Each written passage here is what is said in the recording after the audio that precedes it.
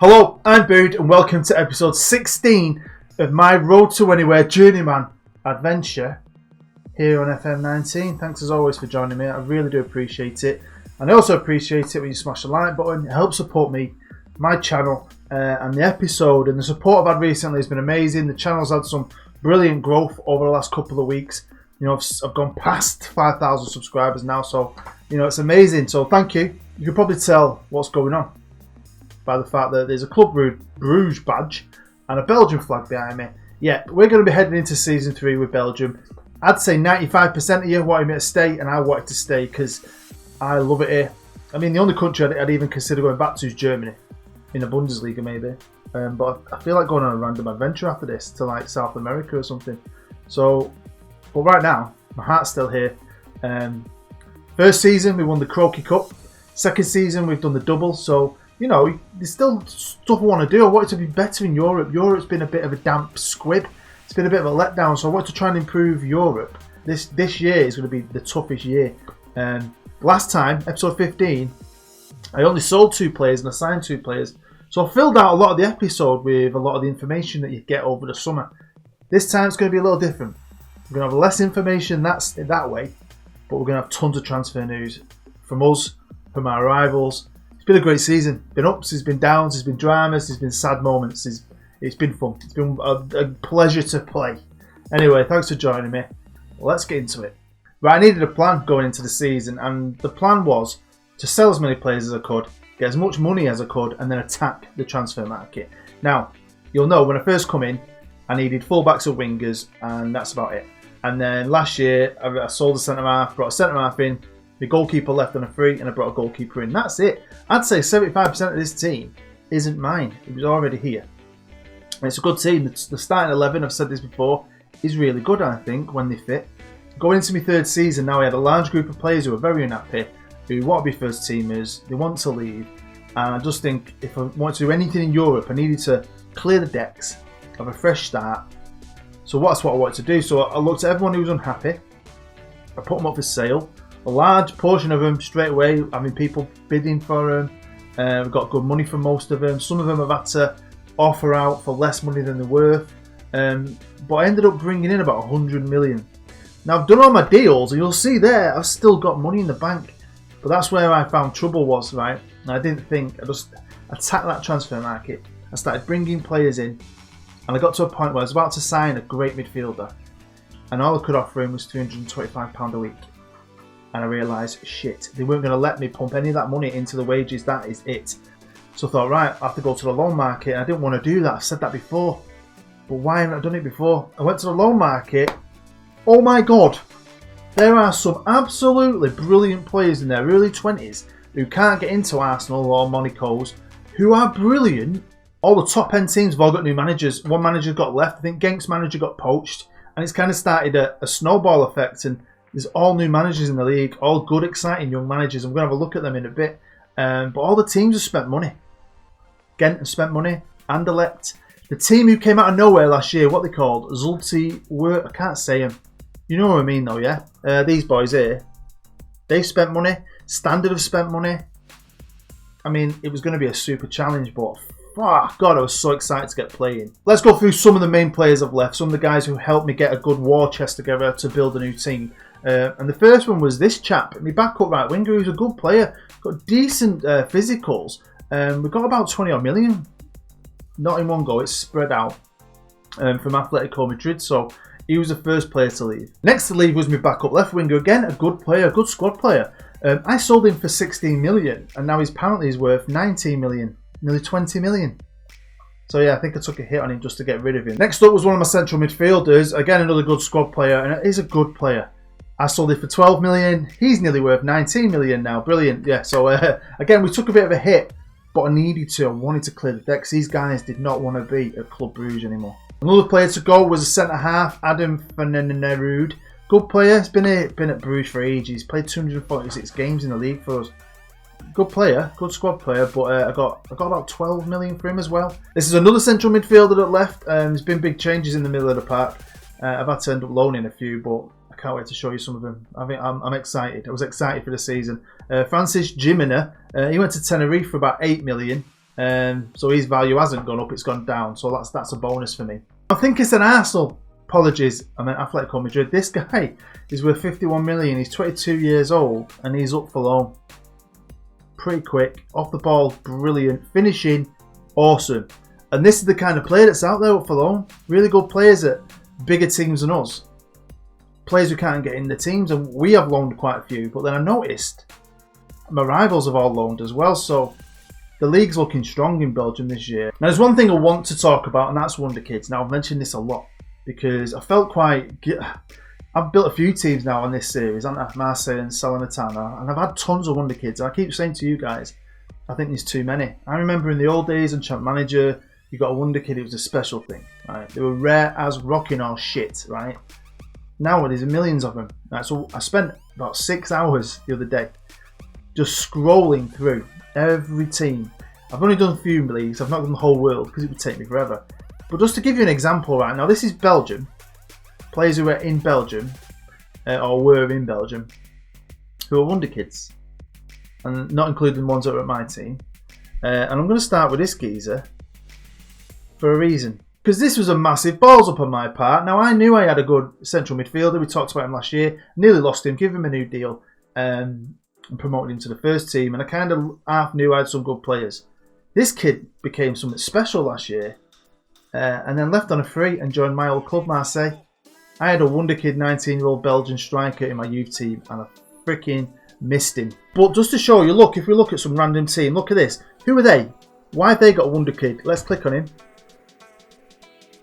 Wonderkid. Do you know what I mean? Random, this dude. Wonderkid. I mean, I've done France, Italy, France. I've got like 2 pages each on them of just Wonderkids after Wonderkids. But I'm going to go through the team depth just so you can see it. You'll have a good idea what I'm going in with this year because the squad has changed quite a bit than it has the previous 2 years. And then I can maybe show you who I've brought in as well. So, just to show you quickly. Backup keeper, 3rd year, young, he's okay, never moans. If you get a good backup keeper that don't moan, keep him. Going into his 2nd year, this was one of my only one of 2 signings of last year. He was Juventus' backup keeper, but he had a great year for us. He's young still, he can still improve, so I'm sticking with him. If we go over to the right back, we are still keeping Olsen. There were some good right backs out there. But like I said, I hit a brick wall with finances. So it's just one of them. And he's a good player, good tackler, pretty quick. To back him up, we've brought in a lone player, Jordan Curtis, who I think's probably a bit better. He's coming in on loan from Arsenal. Back over to left back. And Luis Martinez, 3rd season, he's getting better and better. Apparently, he organises my defence very well, so he's staying. No need to replace him. And he's backed up by a new boy who looks pretty good though. Look at him, Joni van Hoof. Moving to the middle, we've got a J Ban. I can never remember his last name. What's his last name? Liami. He's okay. He's staying.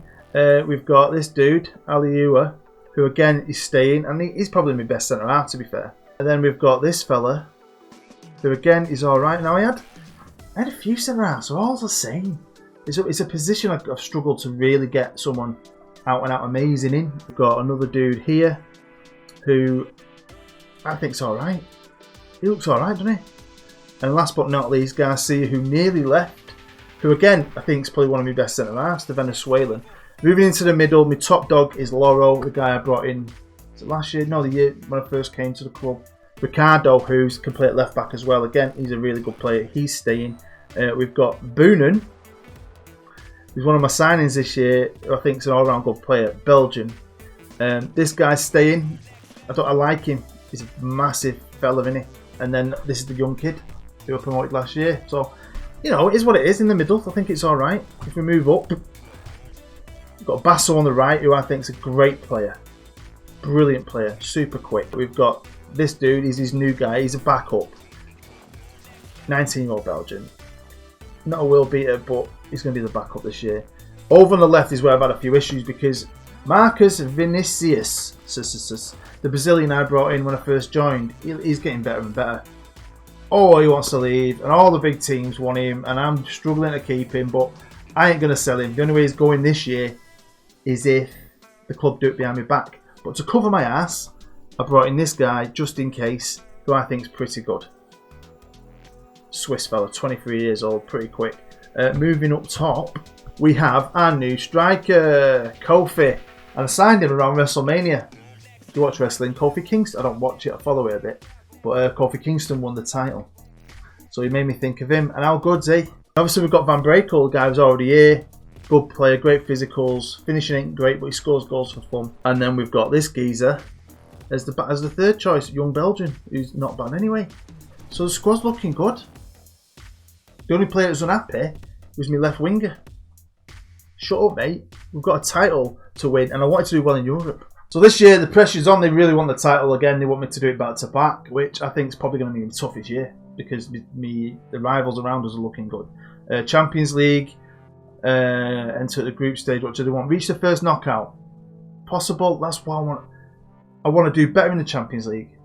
But I won't mind getting in the Europa League again, having a good crack at that, because I think we could win that. I really do. Super Cup, they're not bothered about that, but I want to win it because it's against a freaking rival. And win it we did, 4-2. Quality game. The man who's a bit unhappy got man of the match, but Ricardo scored, he scored as well. Kofi scored, Basso scored. In a game we dominated. So I know it's not important, but it lays that foundation for the season, especially against probably our main rival. Now by this point as well, I had made more loan signings because obviously I was talking about I made loan signings, but you didn't really see them then because we're following the timeline. And at this point in the timeline, I've made a couple more. And this guy I brought in the middle. I was really happy about him, to be fair. Got him on loan from Monaco, so he's coming from one of the biggest teams in the world on this save. Anyway, they win the Champions League, or they won it recently. Another player we brought in was this chap, Mathieu Libihan, French, 19 again, and again from Monaco. They've got too many players on. Too many. And another central midfielder in on loan, this time from Germany, FC Bayern, another 19-year-old, and a player. This was the one I was really excited about. Look at his passing, his technique. First touch is good as well. But this is what I mean. Look at my money. We've brought in loads of money. We've got money. I've got 20 million to spend, but because I've got no wiggle room, I just couldn't do anything else. So that was it. I've loaned money, and we're paying like some of them players are costing me like 150, 200 grand a month to loan them for a season. But it's going to hopefully be worth it because I really think I've got a happier squad. And I think I've got the best squad yet. Now I know I'm thinking about the Champions League, but the domestic title, the domestic league and cup ain't going to be no walk in the park. Not this year because everyone's strengthened, not just with their players but the managers.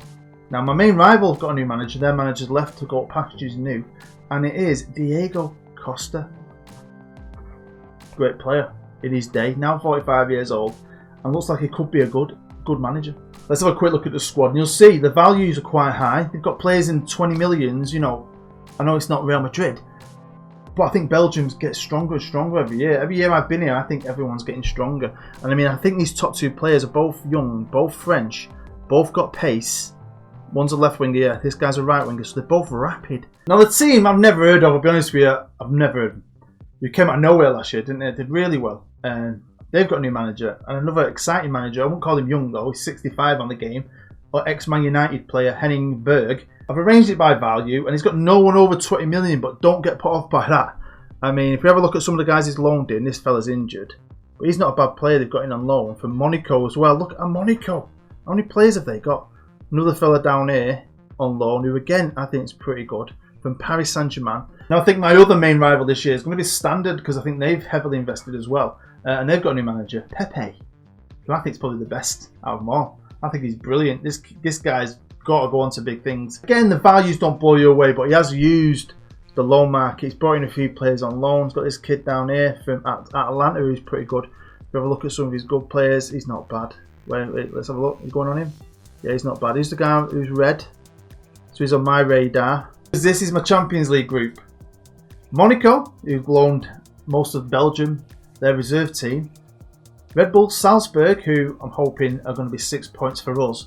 But it's going to be emotional for me because the longest period I've had at any club is 4 years, and that was at Salernitana. And they're in my group. I've got to make a trip back there in my first game.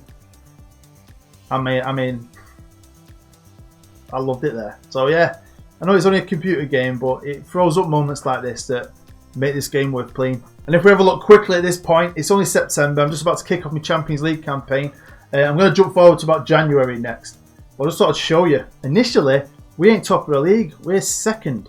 And quickly, because I'm always praising staff, I improved the staff. We had the best everything anyway, but I expanded it and brought in even more quality. It's one of the best staffs I've ever put together. Here we are, it's the 1st of January 2035, can you believe it? And we're top of the league. By now, we're starting to get a nice cushion at the top. I did think it was going to be more of a challenge. Yeah, we lost one game. A lot of the other teams have equalled themselves out and seem to be taking points off each other. Ghent have gone off the boil a bit.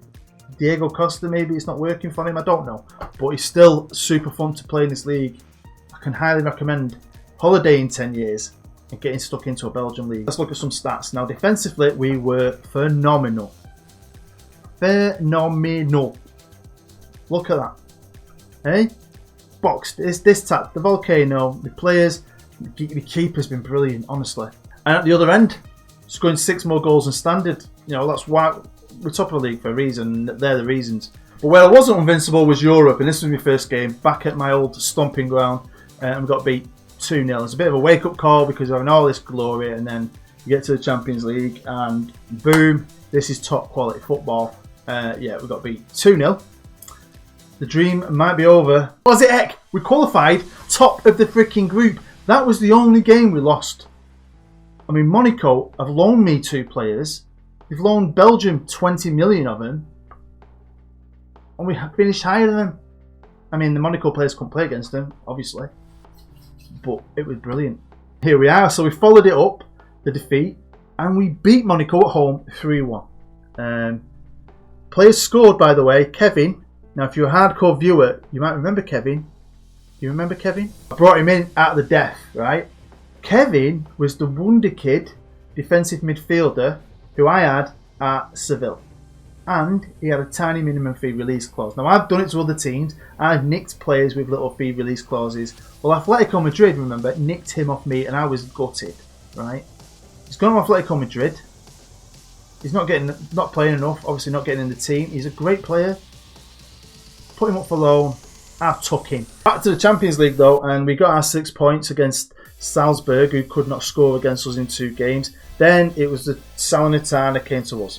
And I got my revenge, beating them 2-0. Loro and Pedro Van Brekel, legend, he scored. And then we beat Monaco again, 3-1.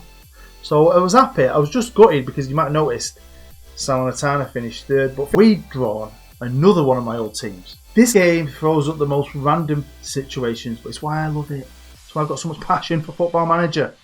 Now you'll remember I was Marseille manager. 2 years, back-to-back League Uns and Champions Leagues. Glorious, wasn't it? Now you might also remember at Salernitana, I took a recently retired player on as a coach, a young coach, Zlatan Ibrahimovic, who's gone on to become a good manager. And now he's manager of Marseille. So my old coach at Salernitana is now manager of my old team against me. And he's got the mighty Marseille, who's got Wonderkids and superstars, against me with Club Rouge. What wasn't dead was our attempt to three-peat the Belgian Cup, or the Crocky Cup. Do you know what? I really fancy a bag of Crocky crisps. I just want to know if they're any good. Are they up there with Walkers or Kettle Chips? If you've ever tried one, let me know. Anyway, first game we won 1-0. Second game against that team, remember I showed you earlier, who've got a Wonderkid randomly. We beat them 1-0, and then Union SG beat them 2-0. If we look at the league, you'll see we've done really well. We've had big periods of green. I mean, beating Ghent 3-1 was good. Beating them 1-0, always good. It was this game, the random little Genk, Chaos. How did they beat us? Financially, the money's dwindling. But, you know, we've got bigger wages. We've got the backup strikers on 100 grand a week. And we've got loan players that I'm forking out monthly fees for. But would it be worth it? I thought it would. I think it will. It's not real money. It's just a game. I did a tactic video recently, and I used a couple of tactics, and I realised there's one tactic called the Skulls Can't Tackle tactic by the Reckonist. If you want to check it out, go check it out. You might have even seen the video. Now, he got in touch with me and told me it was designed for Europe when you've not really got a chance. It's a tactic designed to go up against bigger teams in Europe. And I've renamed it the Turtle only because I didn't like the name. Right, so this is a Skulls Can't Tackle. So it's not much different to the Volcano with positions and so on, just different roles or whatever. Different mentality, obviously. But you've seen what we've done in Europe, haven't you? I was going to stick with it. It's now the 10th of April and we topped the league, but Standard caught us up. We ended up losing a couple of games, drawing a couple more games. We got a bit sketchy really, and there's reasons for that. You'll probably find out in a minute. Now I'm still not 100% sure how this all works. I just play it and try and win as many games as possible, but this is the current state of the Champions Group, and again with 2 points.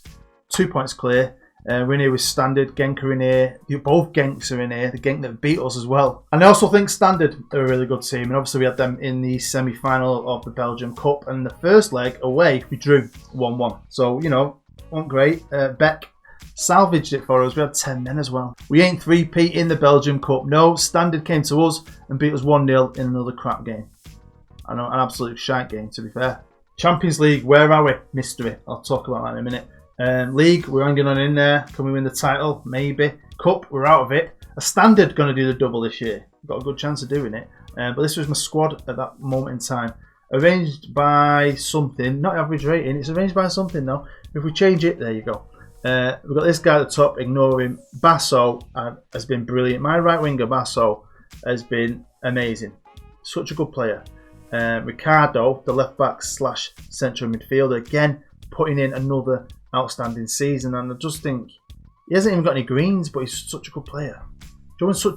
Players just work sometimes. You don't know why. We went to my old stadium and the Velodrome, and we got beat 2-1. We put up a bit of a fight, even though they had way more chances than us. So they weren't looking good. Marseille was Zlatan giving me shit in the press. The old mentor, hey, everything I'd done for him, giving me grief, thinking he was going to come here, Mr. Lion, and kick my ass. We didn't kick my ass. We kicked their ass. Stepped it up, man. The Turtle bossed it. We beat them 4-2. Van Brekel, Beck, Ricardo. We were going through to the freaking quarterfinals. But who'd we got? We got Monaco, the team we beat twice in the group stages, managed by Nuno Santo, whatever his name is. I was like, could we do this again? We've beaten them twice. Well, again, we went away to France in the first leg and got beat 2-1 again. I didn't really turn up at all. I hardly touched the ball. And I'm just thinking, really? We absolutely bossed them in both games in the group stages. And then you get to the quarter-final at Champions League. You're supposed to up it. Well, they were saving it for this, for the return leg, where we absolutely annihilated them. 4-0. Van Brekel, you are a god. I'm so sorry I signed a Wonderkid to try and replace you with, because you're a god. 12 finishing, doesn't matter. He can have 1 finishing and he still score goals. It's a semi-final against probably the greatest European team of all time. No, not Manchester United. Real Madrid. Also, what was exciting, but also kind of nerve-wracking, was the Champions Group of the league. 2 points clear, so it's not easy. Lost a couple more games. Because if we look at some of my form in the league, the last few games, it's been pretty appalling. So say 3, 4, 5, 6, 7, 8 games. In the last 8 games, we've won 2. So it's great going on Champions League runs and having these big games, but it absolutely takes it out of you. You know, beating a team like Monaco 4-0, the next game, you're buggered. You're buggered. And Standard had a great opportunity to win the cup. I mean, they're playing a team, and I have no idea how they've got in the final, but they have. Well, anyway, we actually bossed the league eventually. That 2-point gap deteriorated. Don't know what happened, but it definitely did. They lost way more games, and we just stayed pretty strong in the end and won it by a nice margin. So out of my 3 years, I've won 2 league titles, back-to-back league titles now. So I was really proud of that, because that first year they'd won back-to-back titles and I didn't win it, and I felt like I'd let the whole freaking club down. So I was a bit embarrassed by that. So really chuffed that we at least won the league. I was just disappointed we lost the cup, because Standard, who fought with us all year really till the end, could they finish the year with some silverware? Yeah, they bossed the final 3-1. So I was quite happy for him, because I'm not bothered about the other team. I want my rivals to do well. I want to compete. I want it to be a strong league. And yeah, I fully enjoyed this year. I really did. And I enjoyed our European run. Getting to the semi-final of the Champions League. I mean, I'm having to play 2 of my old teams and a team like Monaco to get there. But in the other rounds in the first legs, we've been getting beat and been bringing them back to Belgium and doing the business. So we didn't do well in this game. Hardly touched the ball. Didn't create any chances really. But we were appalling in some of the first legs. So I wasn't going. I was confident. I was really confident. I could take them all and do them. And don't forget, we're in a new stadium, remember? A super state-of-the-art stadium that deserved a top-class European night. Did we get one? But you know what? We didn't get beat. We managed to draw. No one scored. They didn't score against us.